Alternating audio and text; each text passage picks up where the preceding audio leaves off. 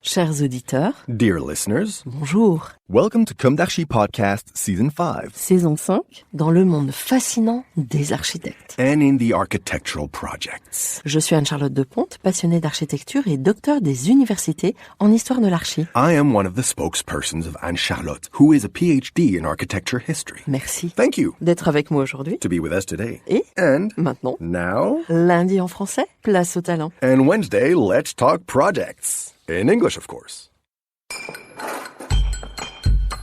Bienvenue dans Comme d'Archi.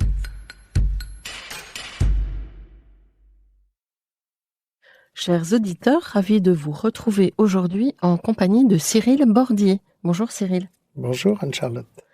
Bienvenue dans Comme d'Archi. Alors comme Merci. nous nous connaissons déjà, c'est la série des gens que je connais. Donc tu es architecte et un architecte singulier. On va découvrir pourquoi. Mais pour la deuxième fois dans Comme d'Archi, on va introduire par le plaisir gustatif qui n'a rien à voir avec l'architecture, mais ça a à voir quand même avec le plaisir du goût. Alors, est-ce que tu aimes te nourrir, manger? Qu'aimes-tu manger? Et peux-tu évoquer un souvenir gustatif? Alors évidemment j'aime manger. Qu'est-ce que j'aime manger? Je répondrai, tout dépend de l'endroit où je suis, où je vais. Si je vais en Grèce, j'aurais envie de manger des poissons, des fruits et des légumes merveilleux. Si je vais dans le sud de la France ou que je vais en Alsace ou en Angleterre, tout dépend de l'endroit où je suis et de cette saison. C'est des voyages gustatifs et c'est merveilleux. Et alors, quand avec la bouffe, entre guillemets, Ouais. tu voyages chez toi aussi, Eh j'imagine? oui, parce que j'ai une femme qui est anglaise, mais qui est d'origine chinoise, de Hong Kong, et donc qui est folle de cuisine, et qui cuisine merveilleusement. Donc c'est, entre nous, c'est une merveille. Tu as Voilà. beaucoup de chance. Ah oui, j'ai énormément de chance. On s'accorde très bien pour ça. Alors, un souvenir gustatif?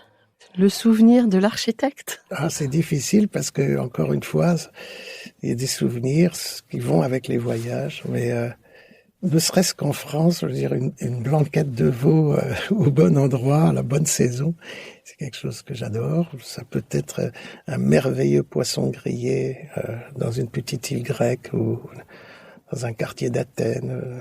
Voilà, c'est des choses très simples finalement. C'est pas des. Oui, c'est la qualité du produit en général, Voilà. dans Voilà, des et puis plats la- relativement simples. Je crois que la cuisine, c'est quand même une chose exceptionnelle.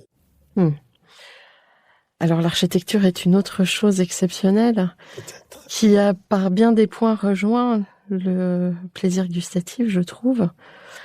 Alors, je te propose, comme il est d'usage dans l'émission, de commencer par le début et d'interroger ton désir d'architecture.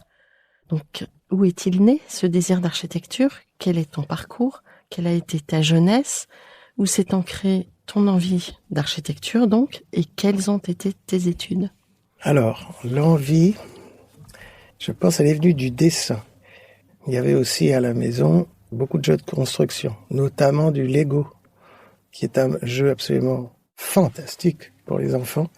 C'est-à-dire qu'on crée à partir d'éléments préétablis, mais qui sont pas forcément à la dimension de ce qu'on veut encore. Mais c'est à partir de petits éléments que l'on construira ce qu'on veut. Puis, comme les enfants sont toujours à la quête de quelque chose de nouveau, on peut casser, on recommencer avec ces éléments, il n'y a aucun problème. Puis j'étais fou d'avion, petit, mais j'avais aussi un train électrique et je passais plus de temps à construire le décor, la montagne, les chalets avec des allumettes, des choses comme ça. Puis un jour, mon père m'a dit, non, il faut pas du tout que tu fasses le pilote, tu vas être 13 heures derrière un volant avec 300 personnes derrière, donc tu auras la responsabilité. Il faut que tu crées, il faut que tu... Bon. Et ton papa était architecte? Pas du tout, j'étais un chercheur en médecine. Mais moi, je me souviens d'une chose beaucoup plus déterminante pour moi, c'était le dessin. Alors, ma mère on faisait des jeux quand j'étais petit pour la mémoire visuelle. Elle entraînait ma mémoire visuelle. Et puis, je me souviens d'une petite anecdote. Un jour, on va à Venise, parce qu'elle nous emmenait beaucoup voyager. Donc, à Venise, elle m'emmène. Alors, on était à l'heure du déjeuner. Puis elle me sort une carte. Alors j'avais toujours un carnet. Elle m'avait acheté un carnet, un crayon. J'avais toujours ça sur moi. Elle m'a dit, voilà, on est là. L'hôtel est là. Tu rentres. Tu te débrouilles. J'avais 11 ans. Elle m'a lâché dans la ville. Elle m'a dit, mais Tu dois revenir à l'hôtel que quand tu auras fait 5 dessins. Ce que tu veux. Alors je dessinais une gondole. Retrouvez l'intégralité de cet épisode sur Apple Podcast, Acast, Deezer, Spotify.